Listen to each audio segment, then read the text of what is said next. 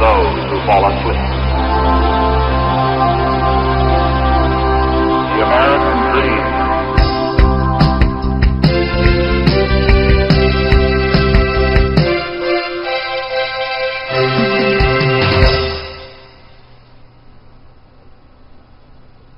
Hi, and welcome back. Again, my name is Paul Gruber, and we've made it to the Pronunciation Workshop's 14th training session. What I have done in these last two sessions is put together reading passages that contain all of the material covered throughout the program. In the past, my clients have often requested that I do some paragraph reading using correct American pronunciation so that they could hear and repeat and get a chance to practice everything that they have learned in the program. It's sort of like a review. I have been told many times that this is extremely helpful and aids in the overall improvement of pronunciation abilities. So therefore, this is what I have done. Today's session contains 4 short paragraphs. Each paragraph is designed to address everything that we have covered: consonants, vowels, intonation, phrase reductions, and word endings. All the components needed to speak clearly and with good pronunciation. You may want to listen to these paragraphs a few times, read along with me, and then practice your pronunciation on your own using your manual.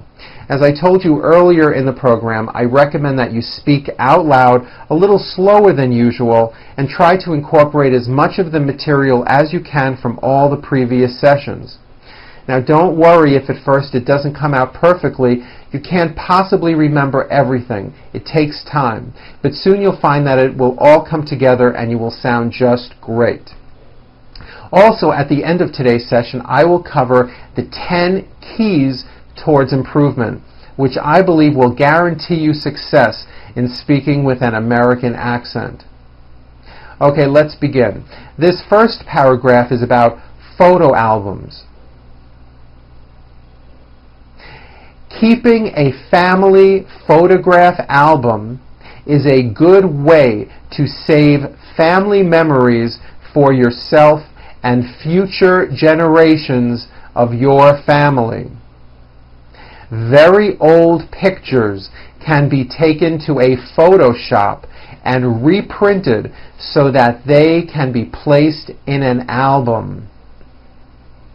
Be sure to write on the back of the picture any information you remember about the people in it. Also, write the date if you remember it. Looking at photo albums is a relaxing way to spend the day, and it is a fun activity to share with family and friends. Your children, grandchildren, and their children will appreciate your efforts too. Okay, this next paragraph is called The Public Library. Your library card can be your ticket to entertainment, current events, and new ideas. Almost every city has a public library, and there is no charge for a library card. Libraries have books about many subjects, but there are also other things at the library. These include books on cassette tape, videotapes, large print books, CDs, DVDs, and magazines. Many have free programs in the afternoon or evening about travel, hobbies, or other topics of interest. Some cities also have a bookmobile or traveling library, which brings the library right into your neighborhood. Very good. Okay, this next paragraph is about John D. Rockefeller, who is a famous American. John D. Rockefeller did 3 amazing things.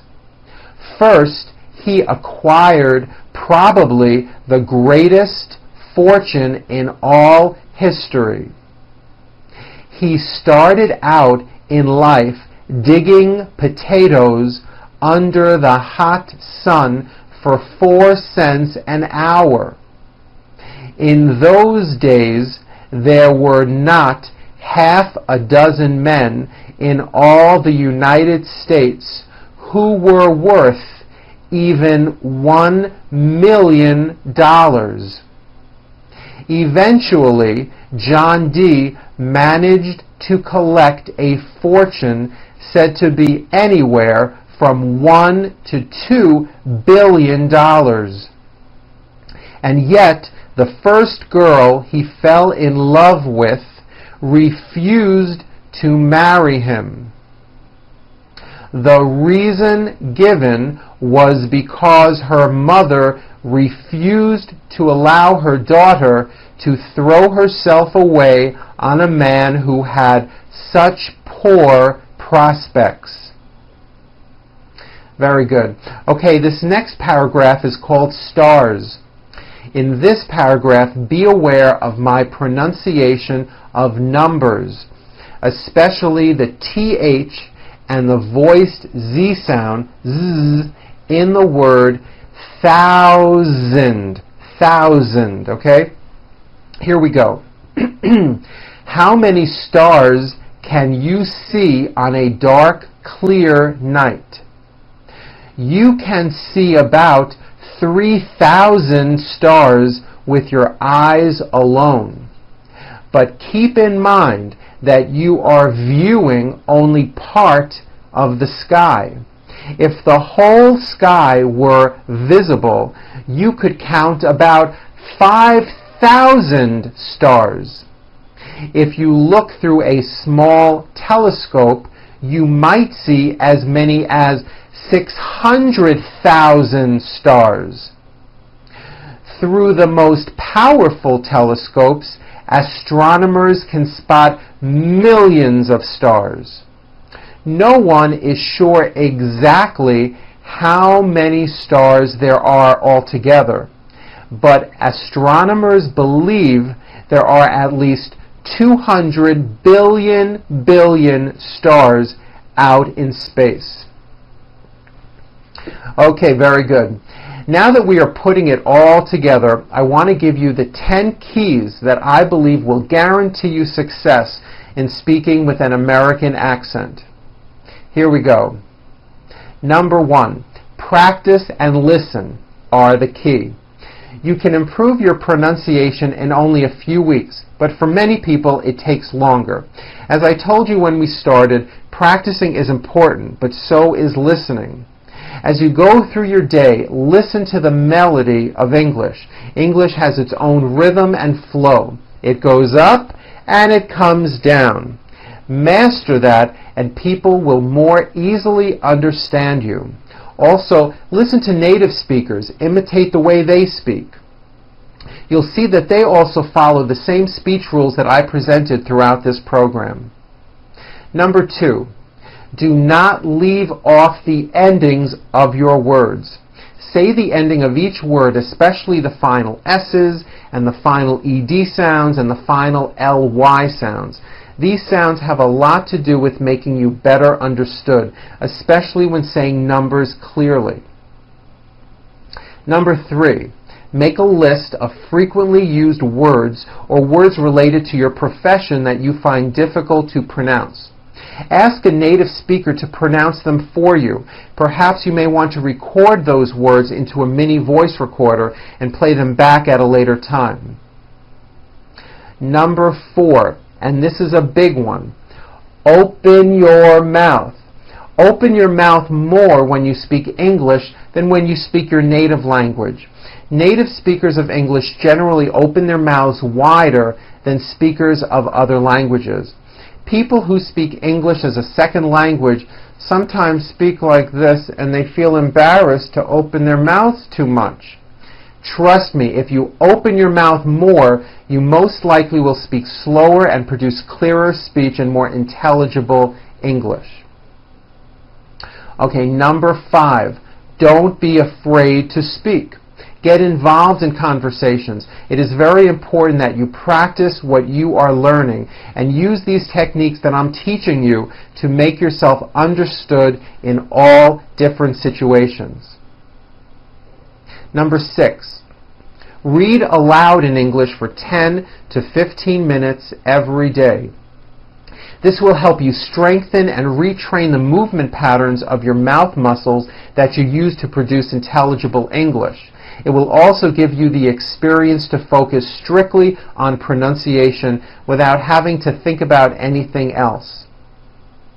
Number 7, record your own voice and listen for pronunciation errors.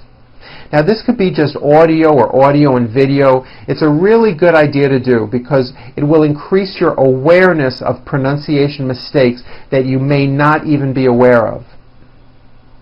Number 8, watch the mouth movements of native speakers and try to imitate them. When you watch TV, look at the mouth movements of actors. Repeat what they are saying. Try to imitate the intonation and rhythm of their speech. Number 9, here's a really good tip that many of my clients do. Buy books on tape and also buy the actual book. Go to your favorite bookstore and buy a book that you will really enjoy reading on tape and then also buy the same book. Be sure that the person reading on the tape is a native-born American. This is very important so that you can hear their American pronunciation. Listen and read out loud at the same time. Maybe record yourself reading some sections of the book and compare the sound of your English with that of the speaker from the recording. Many of my clients have found this to be an extremely helpful step in improving their English. And here is the last one. Number 10 is be patient. You can change the way you speak, but it won't happen overnight. It will take time. Some people expect instant results and they give up too soon. You definitely can change the way you sound, but you must be willing to put some effort into it and you must give it time. Now go and practice the paragraphs that we covered today, and I'll see you at our next session.